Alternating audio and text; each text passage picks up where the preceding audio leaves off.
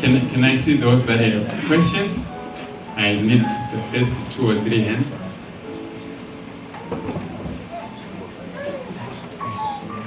All right, no questions yet. Okay, Paul. All right, so Pastor, I have two questions that I have here. The first one, I have been dying, and the dying is in capital letters. I have been dying, trying to do well on my in-laws, but my spouse does not take care of my parents. I think this needs your comment, but I'll repeat. I have been dying, trying to do well on my in-laws, but my spouse does not take care of my parents. The second one, how do you balance work and family in such a harsh economic environment? How do you balance work and family in such a harsh economic environment? I'll invite the pastor to attend to these two. Then if there are any questions, we will take them after the response. Okay. Mubvunzo wekupedzisira uri pamusoro pe the rushing world and taking care of what? The children, the family. Yes, the family. The balance between the two. They can never be a balance. One is more superior than the other. It has no competitor. The family has no competitor. You have to take care of your family. Let the world rush and go, and remain with your family. Yeah, there's no way. Yatingamboti murino kwikwidziwa ne mafamiliro enyika. This is why tichito encouragewa to relocate kuti tiende kumusha chaiko chaiko kurima matomati nenzungu tichichengeta muridzani dzedu. Family is first in everything. Family is first. It's the family that we take care of. Saka tikada kukompita nenyika nefamily, we end up kutotengesa family yedu kuti tigene nyika, tiwane nyika iwe kurutivi rwedu. Now Bible rinotaura richitiro nyika inopfuvura nezvese zviri mukati mayo, asi shoko raMwari rinogara nokusingaperi. Remember, man is born of the word of God. Yeah, you are the word of God. Yeah, saka you will remain. Saka don't worry about the rushing of the world. In fact, nyika inomanya kuvanhu kunyika.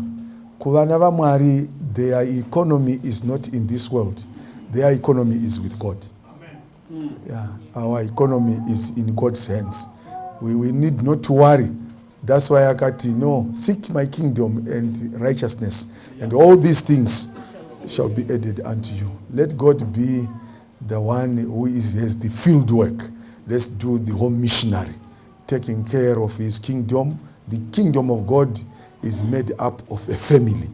So ukasi a family in your kingdom ya Mwari watorasa zvinhu zvose. Saka yes, yeah, family ne the rushing of the world are two different entities. Let's let the family be the family, and then to siya nyika ichinda nezvinhu zvayo. Yes, that's good. Then the first one, iri mumuvunzo what iwo I have been dying ndichitarisira kuvabereki vomurume ndizvoka, but spouse isingatarisi vabereki vani vangu. Yeah, ndizvo hazvo, but zvisi izvo. Kana ichiti children, honor your parents in the Lord. You have to honor vabereki vose.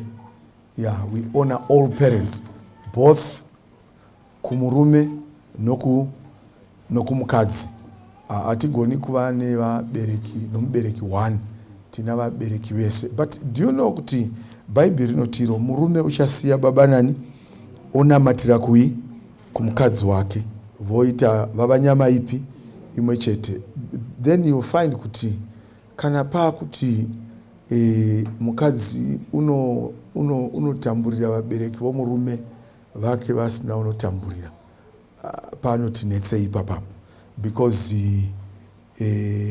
hatigoni kutamburira mubereki one kuti mudzimai haatamburira vabereki vangu ini ndigotamburira vake, tose tongotamburira vabereki vose.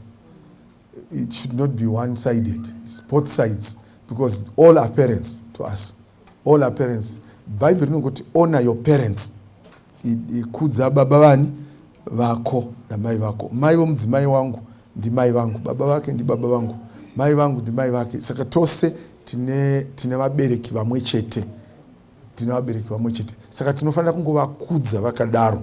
Kana pane kuitika kuti varume tiri one-sided, pane dambudziko rakati kure. Kanawo mai varipo vari one-sided, tine dambudziko rakati kure. Izvozvo zvinongoratidza kuti rudo pakati pavaviri agudini arupo rudo pakati pavaviri, because kana ndichida mudzimai wangu, I will do all my best to please her, and that includes even her family. Kana achindida, she will do her best. Love looks after everything, you see, from the point of loving. Yes, we have to love them all. We have to balance them all. And to balance does not mean kuti tikaindisa $100 kuenda $100 kana azvisizvo. Why? Because like in our family, mai vangu vapenyu, mai vake vapenyu, mu family yedu isu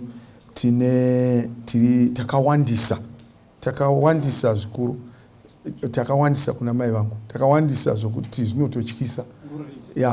And takawandisa kudaro vanhu vacho vari too well up vokwa mai vangu, too well up, you can't compete them. Izvozvo vaititi ndakataura namai ndizuro vachiti ndiri kudii kwai ndiri kudya zvakatumigwa nomuzukuru ari kusouth, ndiri kutambura ene mahuya mukatodlavo. Ndimai vangu avo vari kutotambura nokudya zvakatumigwa nomuzukuru wavo anonzi Batsi.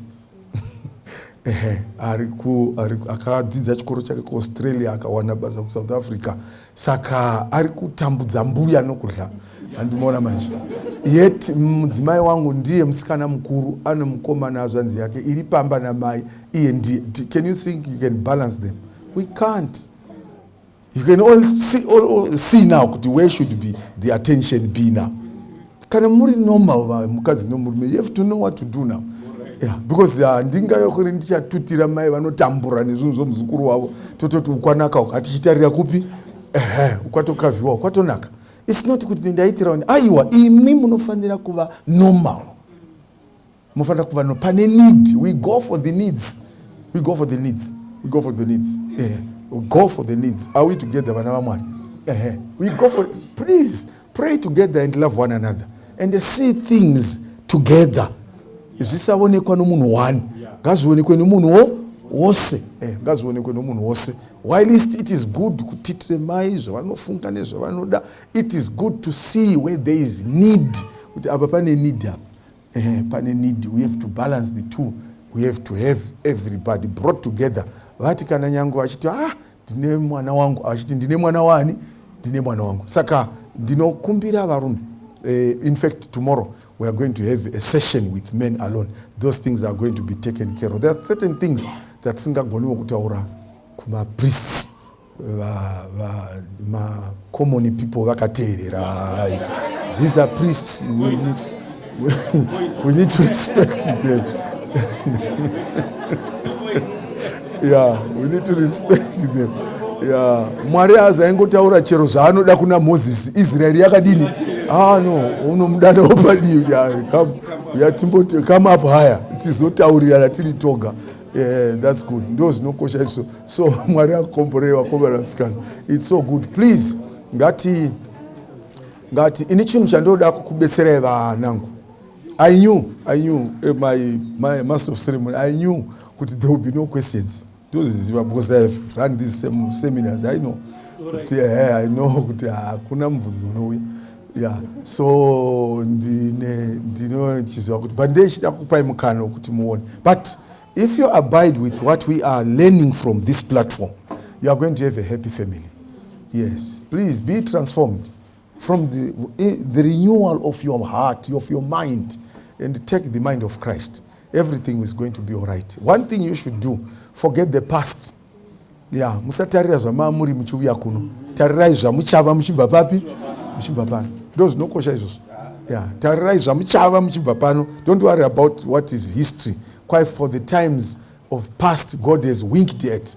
He has ignored the times of what? Of ignorance. Yeah, of ignorance. But unorayira munhu wese kwese kuti adini atendeuke. Izvozvo zvokuti munhu unovhunza kuti mari yake handichaizivi. Wakanyengwa usingangoizivi.